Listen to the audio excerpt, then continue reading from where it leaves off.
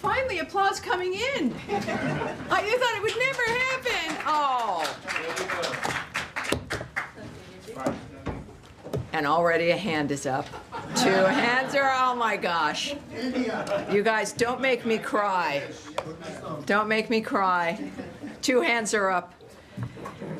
Yeah, so I got in, it was like 4 in the morning. Welcome aboard, everyone. Thank you very much for being here. Certainly, we are all interested in the Vice President, his remarks.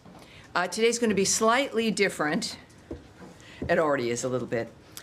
I was on the Secretary's travel, of course. Many of you were as well. Raise your hands if you were on that lovely travel experience through the forests of the world. 1. Yeah, all right. Got home about 4 in the morning. And so don't take advantage of me. I've had a few hours sleep. But yes, so it's been an unusual day, and I wanted to do this because, gosh, nothing's happened. So I thought we'd just have simple chats today. But it's different in that there are several large issues, which I believe all of you would be interested in, mostly, that are significant. And so we're going to move in that regard. And I've got a bit of an announcement for you as well. But several things, of course, are on our plate. So it is an experiment. Thank you for working with me. And I appreciate you being here, obviously, to say the least. All right, so we did just return from a highly successful trip in the Caribbean. This was Secretary Rubio's 2nd trip in our hemisphere. From day 1 of this administration, American leadership has been back in our region. We are standing with our partners to ensure mutual prosperity, security, and progress. In addition, the United States sends our deepest condolences to all affected in Burma and Thailand by the earthquake that struck this morning. USAID has maintained a team of disaster experts with the capacity to respond if disaster strikes. These expert teams provide immediate assistance, including food and safe drinking water, needed to save lives in the aftermath of a disaster. The United States is evaluating the need for assistance based on requests and dynamic reporting. We are also united in support for the people of the Republic of Korea as they face devastating wildfires that have caused loss of life and destruction. We have not forgotten the Republic of Korea's unwavering support during the wildfires in Los Angeles and Hawaii. Just as they stood with us, we stand with them. As the Office of the Secretary also announced today, the Department of State and the U.S. Agency for International Development, USAID, have notified Congress on their intent to undertake a reorganization that would involve realigning certain USAID functions to the department by July 1st, 2025, and discontinuing the remaining USAID functions that do not align with administration priorities, I should say. In the words of Secretary Rubio in his statement, foreign assistance done right can advance our national interests, protect our borders, and strengthen our partnerships with key allies. Unfortunately, USAID strayed from its original mission long ago. As a result, the gains were too few and the costs were too high. Thanks to President Trump, this misguided and fiscally irresponsible era is now over. We are reorienting, I should say, our foreign assistance programs to align directly with what is best for the United States and our citizens. We are continuing essential life-saving programs and making strategic investments that strengthen our partners and our own country. This is yet another promise made and delivered to the American people. Finally, the United States announced important steps to disrupt the complex schemes Hezbollah uses to conceal its illicit behavior and acquire revenue to fund its malign activities. Today, we sanctioned 5 individuals and 3 entities for ties to the U.S. designated Hezbollah. The United States is taking decisive action against anyone involved in facilitating Iran's oil sales at any stage of the supply chain. Today's designation supports the President's policy of maximum pressure on Iran and its terrorist proxies. And now, I'm open for questions. Now, there are all the hands. Dare I say, Matt Lee, who doesn't even, he's kind of got a pen, he's kind of raised his hand. But yes, go ahead, sir. Thank you. My pleasure. Thank you. And, you know, I got you. I don't know how you got back at 4 o'clock. I got back at 3:30. Well, there you go. We will not discuss. transportation and domiciles. But go ahead, sir. I guess the traffic was worse for you than it was for me. Anyway, I have two. They'll be both very brief. One, I think you can answer quite quickly because the secretary addressed it on the plane last night on the way from Suriname to Florida, and that is about the Yale project on the Ukrainian children taken to Russia. What exactly has been restored, even if just temporarily? Can you give us a Sure. dollar amount and then I've just got one more also. Yes, and I'll repeat what the president said. There should be a transcript up of with these gaggles that happened in the back of the plane with our bullpen. And he was asked about, there was a very misleading tweet, I think, from a reporter saying that funding had been reversed and restored. The secretary noted, no, it hasn't been. But I can tell you exactly what has occurred, and something, in fact, has. So, first of all, a couple of things here. And we've already talked about, of course, the data. That was a main concern. We know that the data was protected and available. But for those who are thinking that there was a reversal of the decision to terminate support for the Conflict Observatory, funding is being provided for a short period while the Conflict Observatory implementers ensure the proper transfer of the critical data on the Ukrainian children to the appropriate authorities. It is part of the standard closeout procedures for terminated programs. So this is not a reversal of funding. It's not a restoration. It is part of the closeout dynamic that we've realized in the process of closing it out about what needs to happen to finish that process. Also, as we learned about more specific requirements of the closeout, we provided then updated guidance to the implementer. So this is what has occurred. As part of the foreign assistance review directed by the Secretary consistent with the Executive Order 14169, the award supporting the Ukraine Conflict Observatory was paused effective January 25th. Following a review, the U.S. Department of State terminated the award on February 26th. So when we think about the nature of, a very good example of what was fake news, based essentially on something partially accurate, but this is the fact of the matter. There is no reversal of funding. It has not been renewed. This is a closeout procedure that required funding to move to make sure the data that was retained, that exists, is moved to the proper authorities. So how much is it, do you know? For how long? No, I can't Is speak there to a- I is can't there a speak to time the amount of limit? money. It's going to be an amount of then- money that facilitates the goal of that closeout. Okay, Matt, and then, now. And then, well, hold on, wait. I beg said your you- pardon. Matt, I beg your pardon. Go ahead. Thanks. I'm just trying to get some more fidelity on the number of foreign students' visas that have been revoked. There's been some back and forth, and it's a little nebulous. Sure. If you have not the exact figure, I'm sure, because it's a fluid situation, but It's one of my new favorite words because that is somewhat correct. We know that, of course, there's some things I've said, I think, regularly on the issue of visas is that we don't speak about specifics, right? We tend to also not provide statistics, and I think that's also important. So I'm not going to talk to you about numbers because also it does continue to change. As we talk about numbers and everything else, we're looking at a framework where it gets us closer to the specifics for individuals, which we don't want to do. Of course, it's a big story. It's something also that's important when it comes to the larger story of the revocation of visas and why that's happening. But the Secretary also addressed this a couple of times on the trip. He was asked about certain numbers of visas that were revoked. He said he didn't know, but that we'll revoke the visas of whoever it is that fits within the category of what it is we're deciding is going to get your visa revoked, which is illegal activity, essentially.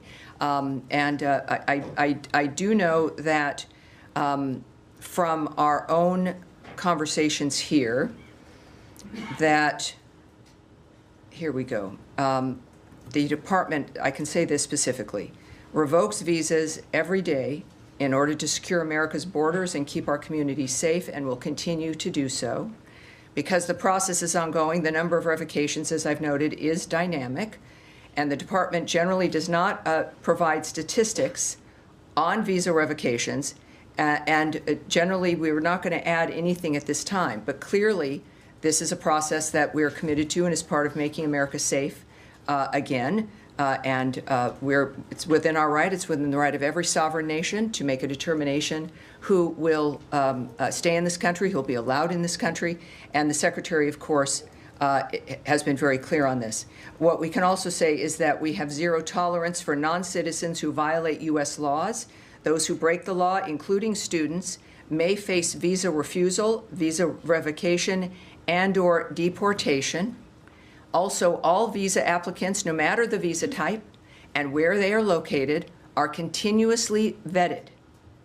So we are looking always at your status in this process. We also are looking at the security vetting. It runs from the time of each application through adjudication of the visa and afterwards during the validity period of every visa issued to ensure that the individual remains eligible to travel to and be in the United States. The Department of State will work closely, continues to work closely with the Department of Homeland Security, which enters into this process to administer and enforce U.S. visas and immigration laws. A lot of this may have been unknown to people who have visas because we haven't had to discuss it before, but I think that should answer your question. Yes, ma'am. Thank you very much. I want to follow up on the same topic. I want to go back to the detention of Turkish students. All right, so what we're going to do is I do want to stay within a certain block so that we don't go back and forth, because there's, again, a number of larger issues, and that includes this issue, the U.S. aid issue, the visa issues, the announcements made today. We have sanctions on Hezbollah, which are important to discuss. So, Andrea Mitchell. Are you gonna come Yes, back to ma'am. me? We'll come back to you. Okay, We'll come back to you, I wanted absolutely. to ask you about U.S. aid. Yes, ma'am. Disaster relief, and about the children. Yes, If I ma'am. can. Okay, for the disaster relief, can you tell us how, or when the disaster relief teams might be mobilized and ready, how soon that might take place? Have requests already come in, to your knowledge? And has the reorganization of U.S. aid affected our ability in these instances to assemble a team and mobilize them quickly? Well, from conversations through the last, since early this morning, what I can tell you is that we wait for formal requests, so that has not, at least maybe in the last 5 minutes, but coming up here to the podium, we are waiting any formal requests. We are ready. Obviously, we are watching what is transpiring. It is, for all of us who watched September 11th unfold, there's video, I'm sure you've seen it, of a major skyscraper just, it gives all of us the chills. So we've obviously telegraphing that from this podium, and we are ready. I can tell you that, again, through, as I've said before, regarding the nature of the reform and the reviews that have gone on, that we are ready to move now. So there has been no impact on our ability to perform those duties, those requests for aid, if and when they come in. And to just follow up Yes, ma'am. on the children and the broader question about war crimes and investigations, which had been undertaken with coordination with the State Department, understanding that the data have been preserved. Correct. But does that mean, can we infer from that investigations will not be conducted by this government of war crimes going forward, in either the crime of kidnapping or the war crimes that were undertaken, Busha, Mariupol, all these other places? I've cautioned always for us to not place a whole host of issues attached to something starting or stopping. And that, our work and our commitment to the world is on display every day through certainly Secretary Rubio's commitment, the nature of who he meets with, what he's done when it comes to summits, negotiations, bargaining, the issue of working for ceasefires. It has been a hallmark and remains a hallmark and will be, I have to say, a hallmark of this administration and of Secretary Rubio's tenure here. So it would be wrong to say that, in fact, that signals some kind of end to our work on these issues. In fact, manifesting through the conversation with President Trump and President Putin, it was a central part of that conversation that was discussed between those two men. And I think that shows you where it's placed now. But the And where it will investigations- continue to be placed. the Well, evidence here's what I do know, which may speak to that a bit, is that the data is not being transferred to a storage facility. It's being transferred to the appropriate authorities. And I think that can tell us that the nature of the trajectory of this data, but also I can't speak to what then moves at that point once it's been transferred. I have a tiny feeling No, I'm that with asking all of about- your investigations and questions, that we will continue to get the details of what happens next. I'm talking about the crimes that are now underway, today, tomorrow, Mm. next month. Is it anyone in this government investigating, anyone that, to your knowledge, at the State Department or connected to it, sorry, investigating crimes current and future since the data that has been? Well, first, I'm not going to discuss the details of what the State Department is doing when it comes to its investigations, when it comes to contemplations or negotiations or diplomatic decision-making, whether on any level with any situation, any case that's involved. But what I can point to, I think it's safe to point to, is this nation's history of being involved in making sure that the right thing gets done. There are a number of other entities of which, of course, we are involved, including the United Nations, and, of course, other Europe, or the nations of the civilized world. So I would, same with whether it's aid, this argument that we are stopping our aid and we're out of of caring about providing foreign aid. Of course, that's not true. And because one grant dynamic has stopped in this country at one university, that is not the determiner of the nature of the work of the State Department of the United States. That's unfair, frankly, and moves people into this idea that everything is contained in one moment when there are thousands of moments and work going on around the world, but certainly including the nature of what the State Department's doing under the direction of Marco Rubio, when a commitment of the State Department to solve these problems, to stop carnage, to find justice. We want to be safe, secure, and prosperous for ourselves and for our neighbors. So that would not be an accurate conclusion based on this one particular grant. Yes, ma'am. Yeah, go Thank you, ahead. Tammy. I just want to follow up on the earthquake response. The president said about an hour ago, we are going to be helping. We've already alerted the people. And you're saying, of course, you're waiting if and when those requests come in. So for the disaster response teams. So just wondering if you could clarify, is the State Department going to be doing anything else to help? Are there financial resources that are being devoted to these impacted countries? And then can you also just say what governments you are in contact with? Well, again, the president, as you noted, had made some comments regarding that, which is terrific. Again, another indication that while the State Department does work on all these issues in general, of course, the president's going to make decisions about where we go and who we assist. When it comes to what we are waiting for here or looking for here, it could be different than what's happening at the White House. And of course, I would refer you to the White House for further information in that regard. Very specific messaging, though, this morning from the State Department, with what I was watching internally, and to me, is that we are ready, and we stand ready, and we will be ready when the requests emerge. And that's what I know, and that's what will happen. Yeah. All right. Yes.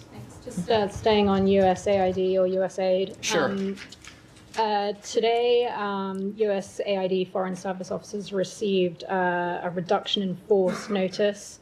This is hundreds of officers who are based abroad for USAID.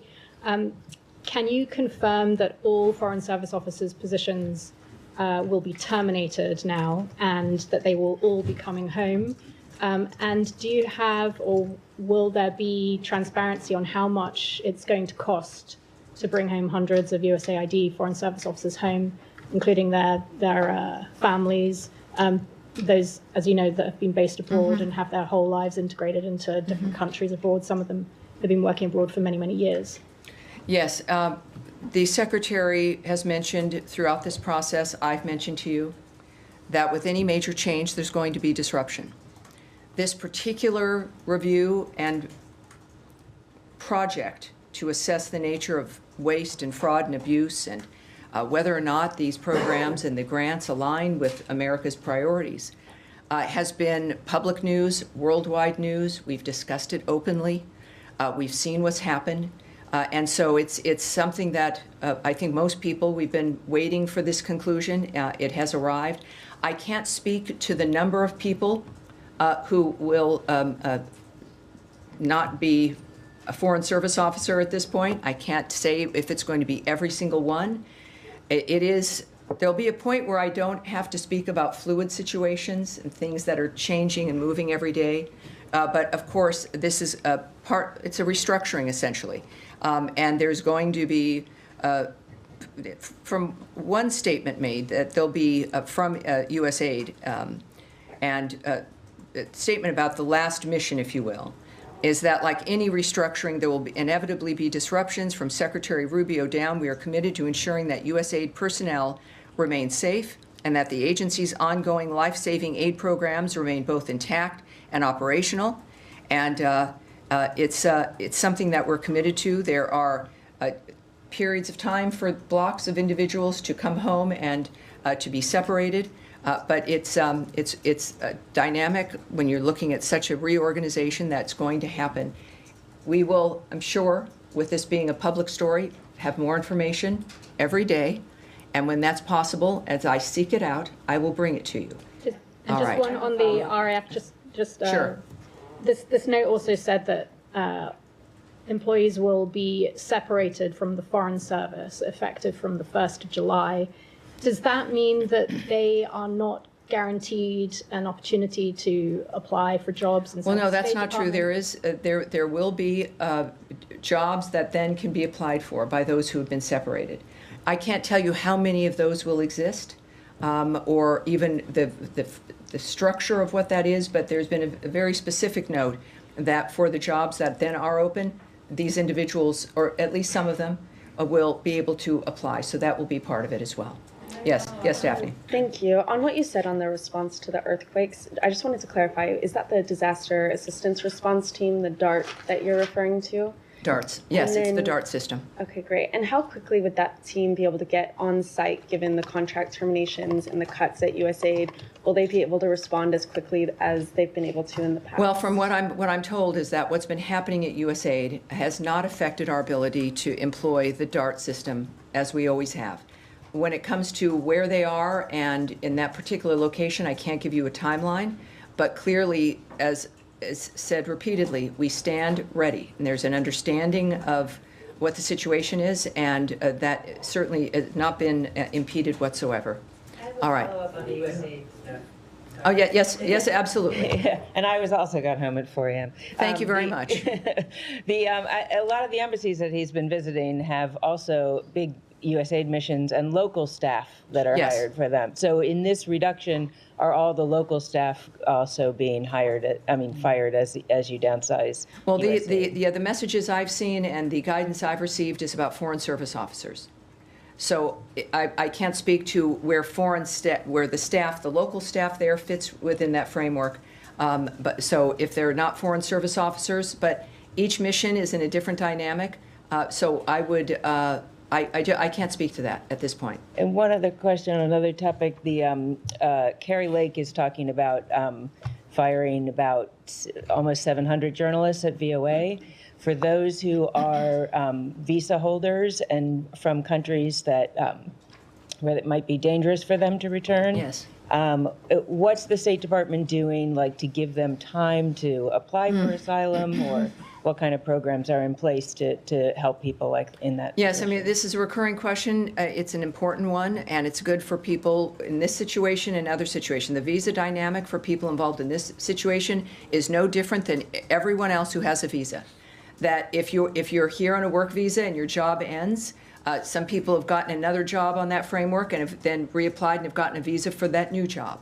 If that's not going to happen, of course, there's like a 30-day period of time for you to take action about going home, going to your home country, or not. But then you would be here without a visa illegally. If you are from a country and you cannot return because of fear of what will occur to you if returning to that country, you can apply for asylum. This is true for everyone who holds a visa, who loses that visa, and believes that they would be in trouble going back to their home country. That is an option, and that is something that they can do as well if that's a case that they face. All right.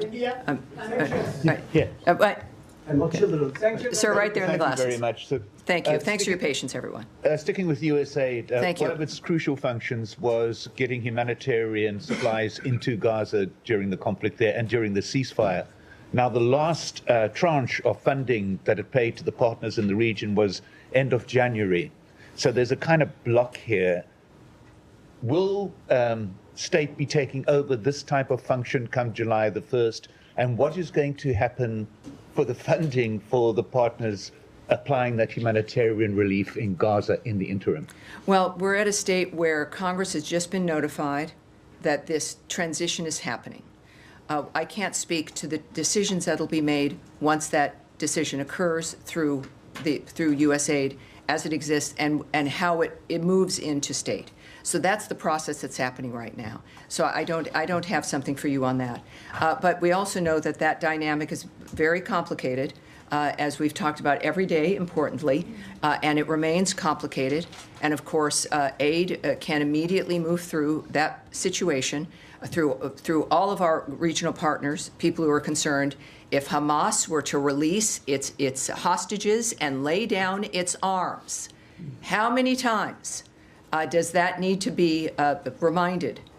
Because that's the solution. And when that does occur, as we saw with the first element of the ceasefire, is that the region cares about this, the nations in the region, the world cares, the United States of America cares, to where its leadership is involved in this as a main North Star of what needs to be solved. All right, yes, ma'am, in the blue. In the blue. Thank you very much. Can I follow up? No, we're moving on. We'll see what we can do here. Thank you. Going back to the detention of Turkish student Rümeysa Öztürk, because I want to get a clear understanding of why she was detained and on what grounds her visa was revoked. So Rümeysa's lawyer, family, and friends deny the claims made by the administration that she violated the U.S. law. Her lawyer states that Rümeysa has not been accused of committing any crime, and they say she was detained solely for writing an article criticizing Israel. What is your response to that? Was she detained just because she wrote an article expressing her views? I will not, as many of you already know, I will not speak about something that's in the courts, that's being adjudicated. So that's not going to happen here.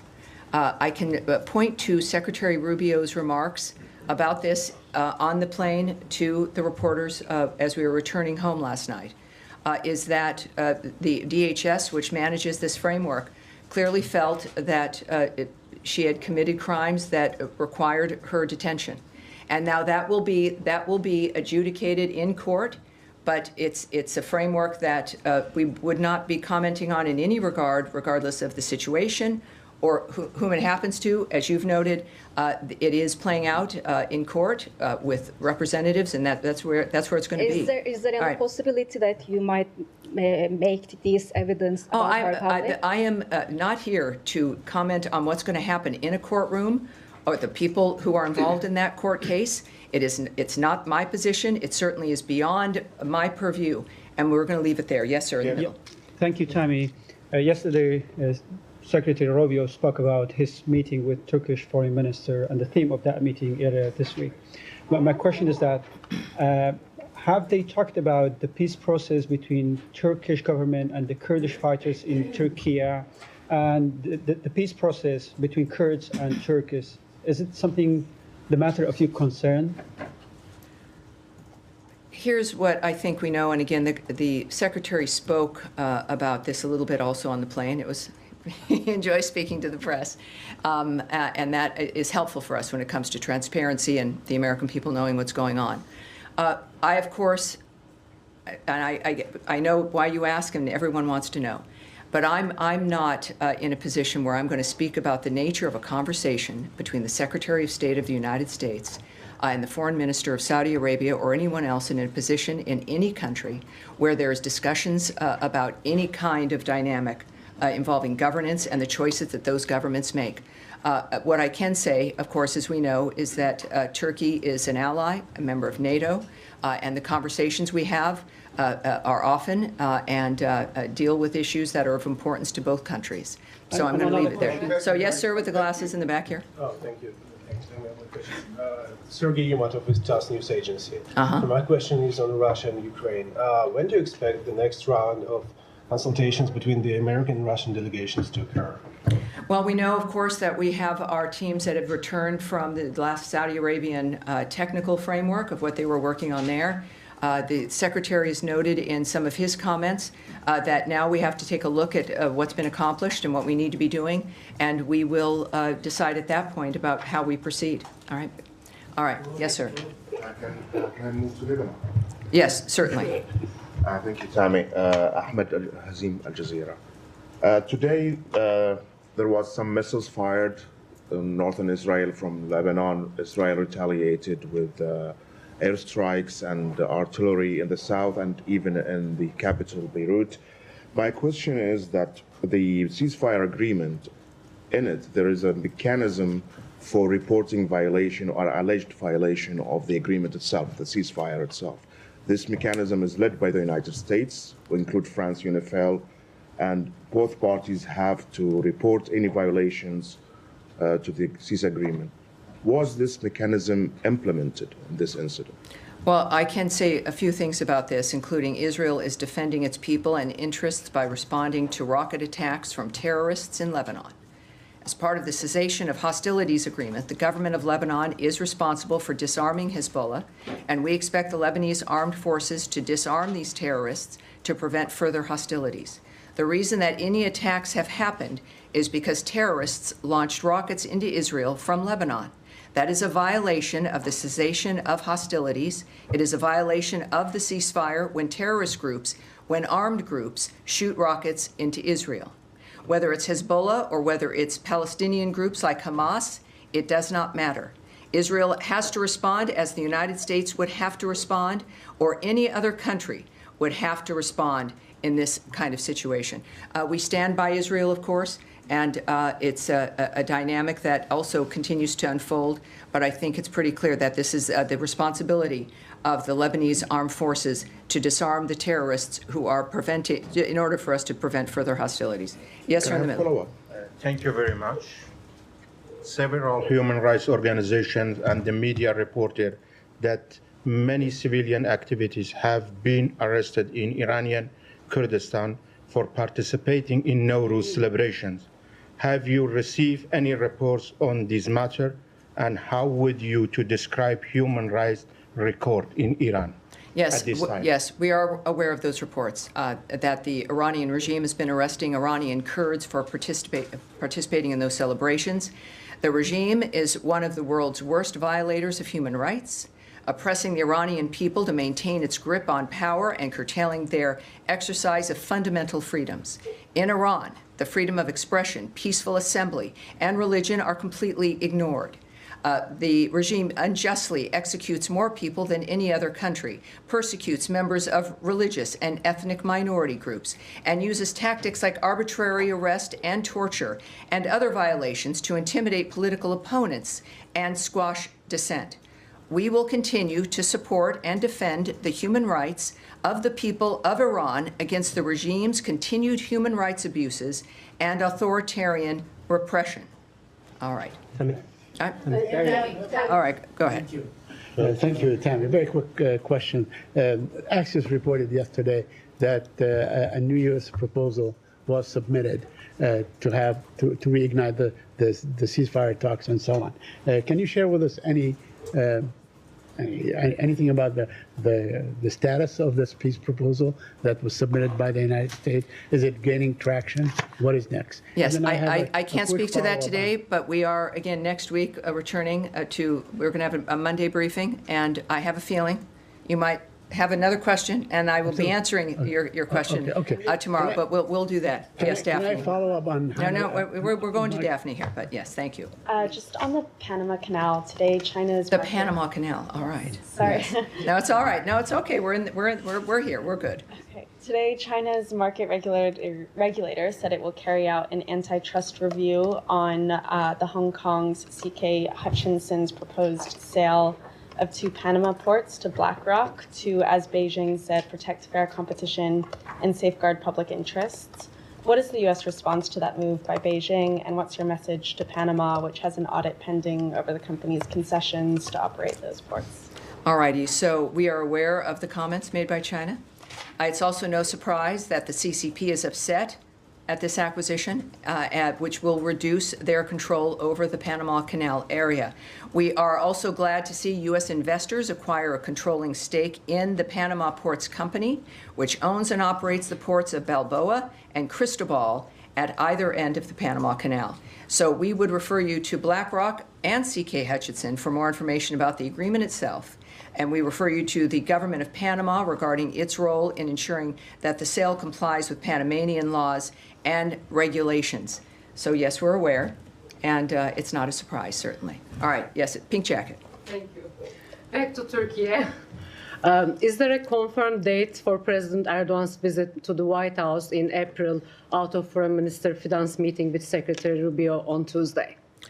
Not that I'm aware of, but again, the White House may have more information on that for you. They are not very responsive. In the white shirt here. You just sat down, sir. 1 moment, please. In the white shirt, please. Thank you very much. On Georgia. I'm sorry. On Georgia, if I may. Okay, sure. Thank you very much. Have you had any communication with the ruling party in Georgia? And if so, could you share what type of communication exists between you now? You know that the situation in Georgia is very difficult. The Georgian people and the international community do not recognize the election results. Peaceful protesters have been arrested, as well as an independent journalist who's currently in jail. Okay. So, given these circumstances, what is your perspective on the situation in Georgia? I do want to answer that, and as a result, we're going to take that back, and we will have an answer for you. All right? Thank you. All right. Yes, sir. Yeah, I can. I'm sorry to jump to another region, but I wanted to ask. It's everywhere. There's news everywhere. South Sudan. Sure. Do you have the State Department have any comment on the situation there, which is on the brink of plunging back into the civil war? The vice president was put under house arrest. The situation is pretty dire. So I was wondering if the U.S. State Department has any comment on that. Well, of course, there's been news on this, the dire situation, I think, throughout the area, and then whether it's North Darfur, et cetera. So we are concerned about a number of issues that are unfolding, and that, too, I'm going to have to get some updated information on, because what I'm seeing here is I'd like something new, some updates there. So we'll have that. We'll bring that back for you for sure. Yes, sir. Thank you. Thank you so much. Jahan Saibali from ARY News, Pakistan. Okay. For the last few months, we have seen a rise in terrorist activities in Pakistan. Hundreds of civilians and security officials lost their lives. And Pakistan is a partner country, recently handed over the most wanted terrorists to U.S. authorities. And these all terrorist networks are based in Afghanistan, TTP, Al-Qaeda, ISIS, and Pakistan's kind of war against terrorism. So how you guys see this kind of situation, like all those terrorist networks established and working under the umbrella of Taliban? Well, it's a dynamic where we're aware of certain problems, human rights issues, et cetera. But again, we seem to be in a series here of things that I want to take back on this. So I'm going to take that back. If you don't mind, we're going to go on. Okay. And you know what I do want to discuss here, sir. And if someone has, I want to discuss the Hezbollah sanctions that we have going on as well. I know that many of you might be interested in that as well. But let's go on. I'm not going to start to try to direct what we're saying here. Let's go on. Let's go on here. Yes, sir. Yes, sir. Go ahead. Yeah, I was about to ask about the Hezbollah. You can talk a little bit about the sanctions and and also the Lebanese foreign minister with the Syrian one signed an agreement for the border in Syria, between Syria and Lebanon, if you have also something on that. Yes, yes, we do. So first, let's start here with Hezbollah. The United States is designating 5 individuals and 3 entities pursuant to Executive Order 13224 as amended for ties to U.S.-designated Hezbollah or individuals designated through this action. The action advances President Trump's maximum pressure policy on Iran and its proxies. We will continue to disrupt the complex schemes Hezbollah uses to conceal its illicit behavior and acquire revenue to fund its malign activities. And we will, the United States, will take decisive action against anyone involved in facilitating Iran's oil sales at any stage of the supply chain. We are exerting maximum pressure on Iran and its terrorist proxies under the President's maximum pressure policy to disrupt Iran's destabilizing activities. The Department of Treasury is designating, again, 5 individuals, 3 entities for supporting a sanctions evasion network affiliated with Hezbollah's finance team. This action is part of the United States' effort to deny Hezbollah access to revenue and to cut off the terrorist group's access to the international financial system. Today's designations support the whole-of-government policy of maximum pressure on Iran and its terrorist proxies, such as Hezbollah, as detailed in the National Security Presidential Memorandum 2 of February 4th. We will, the United States, use all of its tools to disrupt activities of individuals and companies supporting Hezbollah. The United States is committed to working with partners to disrupt terrorism and terrorist financing worldwide. All right. Yes, sir. And this will be it. This will be the last. So make it good. I'm going to go back to the very first question. All right, sure. Make a good circle. The issue of Ukrainian children. The president was asked about Ukraine just a couple of hours ago, and he did highlight the issue of Ukrainian children. He did. It looks like this is something he cares about. To deliver on the president's stated goal, even if this funding will run out of this very particular program, can you assure us that you will be seeking, supporting alternative programs, at least, to deliver on that? Well, I think the biggest, most amazing program can be the most powerful man in the world caring about the resolution of the issue. That is something that nothing can match. And that's what we have now. And you are correct. I think it's clear for anyone who listens to President Trump that he is a serious person, addresses issues that matter to him directly, that he knows will make an impact on the quality of people's lives. That is the Trump effect. And the fact that he is successful in the choices he makes and that he is relentless in making them work has an impact on the resolution of those issues. As far as what mechanisms he will use, I don't know. He's the President of the United States. He's the best deal maker in the world. And those children matter to him. And it matters that that issue is resolved like it does to every decent human being on this planet. President Trump represents the notion of that outrage and the desire to solve the problem in the process of getting to the end of this horrible carnage that has gone on. So yes, I can't tell you what mechanism he would choose. We do know that he's chosen a Secretary of State who feels as passionately about the resolution of these issues as he does. We are going to continue to see that unfolding, and it is, while horrible issues we're facing, it is an exciting time because we have leadership that are tired of the status quo, want results, care about people, and are going to do what it takes to get results. And that's what I have for you today. Thank you, everyone. We'll see you also on Monday. We'll see you on Monday. Thank you, everybody. I appreciate it.